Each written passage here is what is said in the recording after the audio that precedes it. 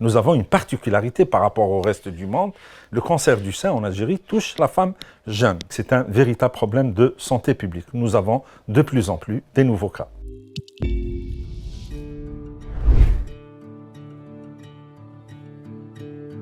Le cancer du sein, d'une manière générale, il touche essentiellement la femme. Il faut savoir que c'est le cancer le plus fréquent chez la femme et c'est la première cause de mortalité par cancer chez la femme en Algérie. Il faut savoir que les dernières statistiques qui ont été données par le professeur Hamdi Cherif, le cancer du sein occupe la première position et nous avons 13 000 nouveaux cas de cancer par an. Le cancer du sein, il touche essentiellement la femme, mais il faut savoir qu'il peut toucher aussi l'homme. On n'en parle pas assez parce qu'il n'est pas fréquent, même s'il existe, il est quand même assez rare, mais dans 98% des cas, il touche la femme. La femme jeune en Algérie, nous avons une particularité par rapport au reste du monde. Le cancer du sein en Algérie touche la femme jeune. Le pharmacien, c'est comme le médecin. Toute femme qui va dans une pharmacie se ravitailler en médicaments, quand elle a un problème, elle l'expose déjà au pharmacien. Le pharmacien, il est là pour soit lui donner des explications, lui donner un traitement, ou alors l'orienter vers un médecin ou un spécialiste. Il rappellera à chaque fois la femme, à partir de 40 ans, qu'elle doit faire une mammographie de dépistage, par exemple. Eh bien, c'est grâce au dépistage qu'on arrive à faire des diagnostics précoces. La femme, en Algérie, à partir de l'âge de 40 ans, elle doit faire une mammographie et une échographie mammaire au besoin tous les 2 ans. Et si on fait des diagnostics précoces, on traitera mieux le cancer. On le traitera mieux, donc on aura de meilleures réponses thérapeutiques. La prise en charge, elle est plus facile, elle est moins lourde et elle est moins coûteuse aussi. Alors, les facteurs de risque actuellement sont liés un peu à la vie moderne. Vous avez la sédentarité, vous avez le surpoids, même s'il n'est pas encore prouvé, mais le surpoids, il est incriminé maintenant, au jour d'aujourd'hui, dans tous les cancers. Vous avez aussi le facteur hormonal, les troubles hormonaux. D'abord, une douleur. S'il y a une douleur qui apparaît, elle doit faire inquiéter la malade et elle doit faire amener la patiente à consulter. Si le sein prend du volume, ce n'est pas systématique, c'est un signe d'alarme. Si on a un écoulement mamelonnaire au niveau du sein, si ça coule, s'il y a du liquide, s'il y a du lait ou alors s'il y a du sang, au jour d'aujourd'hui, les femmes examinent un peu leur sein, elles palpent un peu leur sein dès qu'il y a l'apparition d'une boule, que ce soit au niveau des glandes mammaires, au niveau des 2 seins ou au niveau de la région axillaire. Ces symptômes-là doivent faire inquiéter la patiente et doivent l'amener à faire une consultation. Non, ce n'est pas systématique que ce soit un cancer. Une grosseur du sein peut être dans le cadre d'un cancer, comme elle peut être dans le cadre d'une atteinte inflammatoire. Même d'ailleurs, la boule dont je viens de vous parler, je vous ai dit que quand la patiente palpe une boule, ça ne veut pas dire que c'est un cancer, ça peut être bénin, ça peut être un kyste, ça peut être un adénofibrome. Mais qui va dire que c'est un kyste ou un adénofibrome? Ça, c'est le spécialiste et c'est l'exploration. Donc pour la malade, il faut dire que devant ces symptômes, il faut qu'elle consulte. Ça commence déjà par un examen clinique, un interrogatoire. Donc la patiente, elle est examinée, elle est interrogée.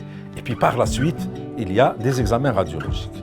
L'examen le plus important, c'est la mammographie. On appelle ça la mammographie de dépistage. Donc si la mammographie va révéler une lésion, elle pourra aussi être examinée par échographie.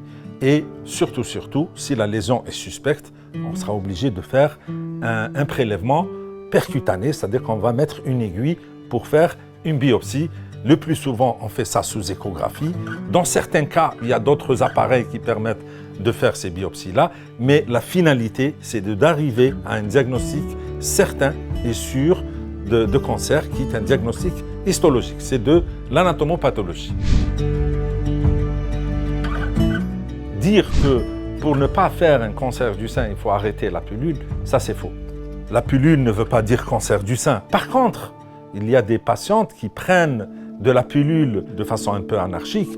Effectivement, le facteur hormonal, la pilule sont incriminés.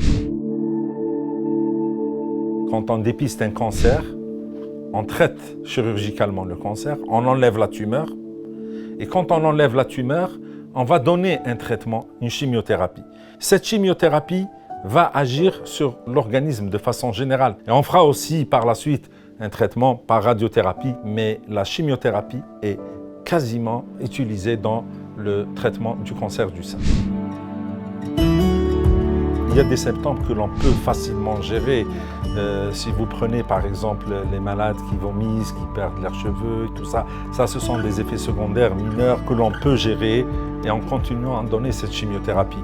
Mais dans certains cas, il y a des patientes qui ne supportent pas leur chimiothérapie, qui retentissent dans certaines fonctions de certains organes nobles tels que le rein, le foie et sur les globules rouges et les globules blancs. Et on arrive à certains stades où les patients développent des aplasies médulaires. Dans certaines situations, on est obligé d'arrêter cette chimiothérapie. La patiente va se reposer, elle va remonter ses facteurs et elle va normaliser ses fonctions pour redémarrer. Mais dans tous les cas, un traitement, une chimiothérapie, quel que soit le cancer d'ailleurs, que ce soit le sein ou autre, il faut savoir manager ça en fonction bien sûr de ses effets secondaires. Du diagnostic histologique permet aujourd'hui de faire un profil hormonal de toute tumeur du sein. Et certaines tumeurs sont hormonosensibles, elles seront traitées, j'allais dire exclusivement par hormonothérapie, voire même par radiothérapie.